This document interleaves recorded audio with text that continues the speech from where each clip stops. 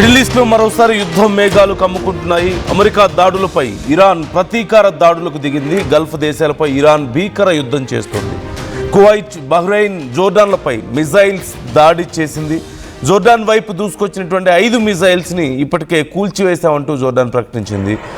అలాగే మువాఫాక్ సాల్చి air base లక్ష్యంగా Iran దాడి చేసింది. అమెరికా F-35 యుద్ధ విమానాల స్థావరాలే టార్గెట్గా ఈ దాడులు జరిగినట్లుగా తెలుస్తోంది. ఇరాన్ డ్రోన్లు, మిజైళ్లను కువైట్, బహ్రెయిన్ కూడా అడ్డుకున్నాయంటూ తెలుస్తుంది. బహ్రెయిన్ సహా గల్ఫ్ దేశాల్లో హై అలర్ట్ ప్రకటించారు. ప్రజలు ప్రశాంతంగా ఉండాలని, భయాందోళనకు గురి కావద్దంటూ సూచిస్తున్నారు. అమెరికా ఇరాన్ ఘర్షణతో ప్రపంచవ్యాప్తంగా మరోసారి తీవ్ర ఆందోళనలు నెలకొన్నటువంటి పరిస్థితి మనకు కనిపిస్తోంది. ఒక్కసారి లాస్ట్ 24 అవర్స్లో ఇరాన్ దాడుల వల్ల బహ్రెయిన్, కువైట్, జోర్డాన్లో జరిగినటువంటి నష్టాన్ని ఒకసారి మనం చూడొచ్చు. ముఖ్యంగా బహ్రెయిన్లో అమెరికాకు సంబంధించినటువంటి 5th fleet, US 5th fleet ఉన్నటువంటి ప్రాంతాన్ని ఇరాన్ లక్ష్యంగా చేసుకొని కొన్ని దాడులు చేసింది. అలాగే బహ్రెయిన్కి సంబంధించిన వైమానిక రక్షణ వ్యవస్థలు చాలా క్షిపణులు, డ్రోన్లను అడ్డుకున్నట్లుగా తెలుస్తోంది. ఇరాన్ చేసినటువంటి దాడుల్లో ప్రస్తుతం భారీగా ప్రాణ నష్టం లేకపోయినప్పటికీ చాలా పెద్ద ఎత్తున బహ్రెయిన్లో ఉన్నటువంటి మౌలిక వస్తువులు నష్టపోయినట్లుగా తెలుస్తుంది. ఇక కువైట్లో కూడా చాలా తీవ్రమైనటువంటి దాడులు జరిగాయి. కువైట్ వైమానిక రక్షణ వ్యవస్థలు దీనికి సంబంధించి మేము కౌంటర్ ఆపరేషన్ కూడా మొదలుపెట్టామంటూ చెప్తున్నారు. ఇప్పటికే కొన్ని ప్రాంతాల్లో హై అలర్ట్ ప్రకటించారు. ఇప్పటి వరకు ఎవరూ ప్రాణాలు కోల్పోలేదు, కానీ భారీగా ఆస్తి నష్టం సంభవించిందంటూ ఇటు కువైట్లో కూడా ఒక ప్రకటన జారీ అయింది. మరోవైపు జోర్డాన్, అమెరికాలో ఉన్నట్టు అమెరికా స్థావరాలను లక్ష్యంగా చేసుకొని ముఖ్యంగా అమెరికాకు సంబంధించినటువంటి F-35 యుద్ధ విమానాలే లక్ష్యంగా ఇరాన్ దాడులు చేస్తే జోర్డాన్ వాటిని పూర్తి స్థాయిలో తిప్పి కొట్టగలిగినట్లుగా తెలుస్తోంది. ఇక పెద్ద ఎత్తున మరిన్ని దాడులు ఈరోజు జరగబోయే అవకాశం కనిపిస్తుంది. ఈరోజు ఈవినింగ్ ఆర్ నైట్ టైం కల్లా అమెరికా మరింత తీవ్రమైనటువంటి దాడులను ఇరాన్ మీద చేయాలని ప్లాన్ చేసుకుంటుంది. ఈ నేపథ్యంలోనే కేష్మ్ ఐలాండ్ మీద మరిన్ని దాడులు జరిగే అవకాశాలు కనిపిస్తున్నాయి. At the same time Gulf దేశాల మీద ఇరాన్ దాడులు మరింత తీవ్రతరం అవబోతున్నాయి. అయితే మొదటితో పోల్చుకుంటే ఇప్పటికీ గల్ఫ్ దేశాలు కూడా కొంత స్ట్రాంగ్గా అయినటువంటి పరిస్థితి కనపడుతుంది. అంటే అమెరికా చాలా వరకు తమకి టెక్నికల్ సపోర్ట్ అందించడం, కొంతవరకు యాంటీ డ్రోన్ సిస్టమ్స్ని అందించడం, ఉక్రెయిన్ నుంచి వచ్చినటువంటి స్పెషల్ టీమ్స్ని అక్కడ ఇప్పటికే లాంచ్ చేశారు. వాళ్ళందరూ వర్క్ చేస్తూ వస్తున్నారు గత కొన్ని రోజులుగా. And as we all discussed before, ఈ విషయాన్ని కూడా మనం మాట్లాడుకున్నాం. శాంతి ఒప్పందాల పేరుతో అమెరికా కొంత కాలయాపన చేస్తుంది. అంటే టైంని డిలే చేసి ఈలోగా ఇరాన్ మీద పూర్తి స్థాయిలో దాడులకు ప్లాన్ చేసుకుంటుంది. మరోవైపు ప్రపంచానికి ఇరాన్ మాట వినడం లేదని, దానివల్ల మేము దాడులు చేయాలని చెప్పి ప్లాన్ చేసుకుంటామని చెప్పుకోవడానికి వాళ్ళకి టైం దొరుకుతుంది. At the same time America మీద కాకుండా గల్ఫ్ దేశాల మీద ఇప్పుడు ఇరాన్ వరుస దాడులు చేస్తున్న నేపథ్యంలో ఇక్కడ వ్యవస్థల్ని బలోపేతం చేసుకోవడానికి ఈ టైంని US చాలా తెలివిగా ఉపయోగించుకుంది. ఉక్రెయిన్ నుంచి యాంటీ డ్రోన్ సిస్టమ్స్ని తెప్పించింది.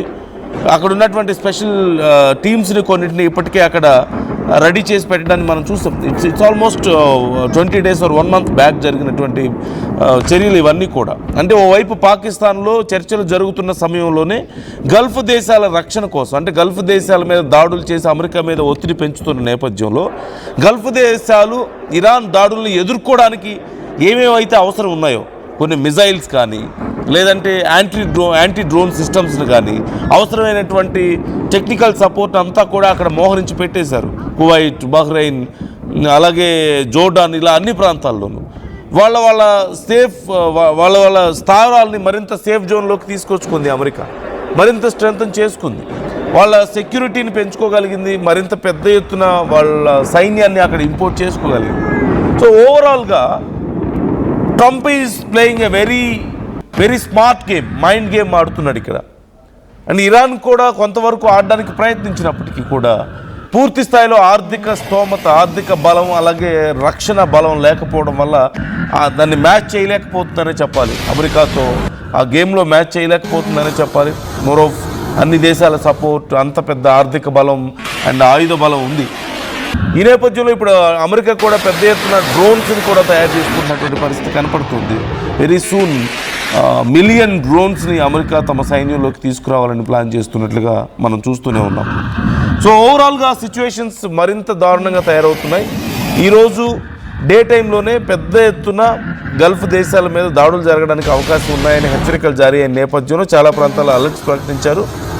ముఖ్యంగా చాలా దగ్గరగా ఉన్నటువంటి ప్రాంతాలు, ఇరాన్కి ఎడ్జ్లో ఉన్నటువంటి ప్రాంతాల్లో మాత్రం పూర్తిగా షట్డౌన్ ప్రకటించే అవకాశాలు కనిపిస్తూ ఉన్నాయి.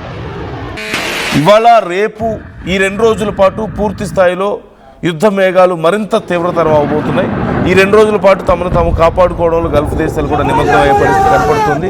అమెరికా కూడా ఇవాళ రేపట్లోనే వీలైనంత ఎక్కువ నష్టాన్ని ఇరాన్కి చేయాలి, ఇరాన్ ఇక కోలుకోలని దెబ్బ కొట్టాలనే ప్లాన్లో ఉన్నట్లు కనపడుతుంది. మరోవైపు ఇజ్రాయెల్ ఈ అవకాశాన్ని ఉపయోగించుకుంటుంది, లెబనాన్ మీద తీవ్రమైనటువంటి దాడులకు పాల్పడుతున్నటువంటి పరిస్థితి కనపడుతుంది. But why all this drama ఈ మధ్యలో అంటే just for the sake of time to make it delay ఈ దాడుల్ని. సో దానివల్ల 2 రకాలు, ఇంతకుముందు మనం చెప్పుకున్నట్లుగా ప్రపంచానికి చెప్పుకోవడానికి కొంత అవకాశం దొరుకుతుంది, మేము ప్రయత్నించాం పీస్ కోసం, ఇరాన్ వినలేదని. అట్ ది సేమ్ టైం దాడులు మేము ప్రపంచాన్ని కాపాడడం కోసమే దాడులు చేస్తున్నాం అంటూ కూడా చెప్తుంది.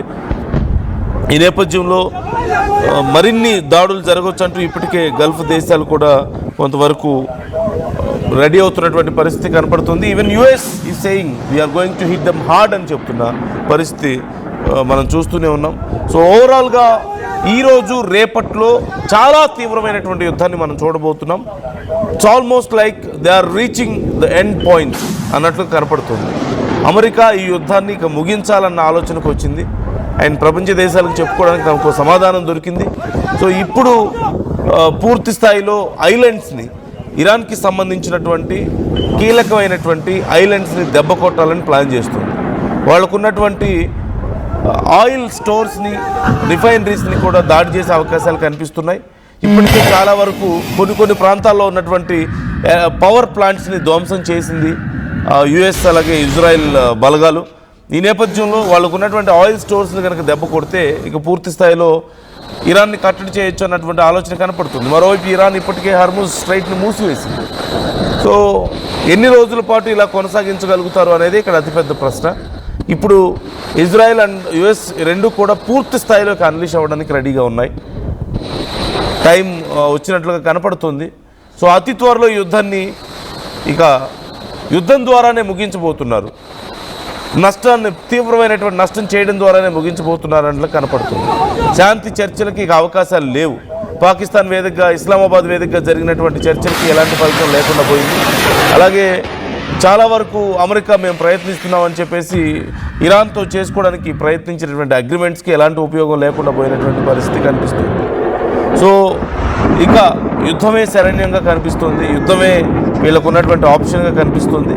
And very soon they are going to finish this war అన్నట్లుగా అమెరికా సైన్యం రెడీ అవ్వడాన్ని మనం చూస్తూనే ఉన్నాం. అండ్ వాళ్ళ అలైస్ మీద ఎలాంటి నష్టం జరగకుండా ఈ టైంలో ప్రాపర్గా వాళ్ళని రెడీ చేయడానికి కూడా మనం చూడొచ్చు.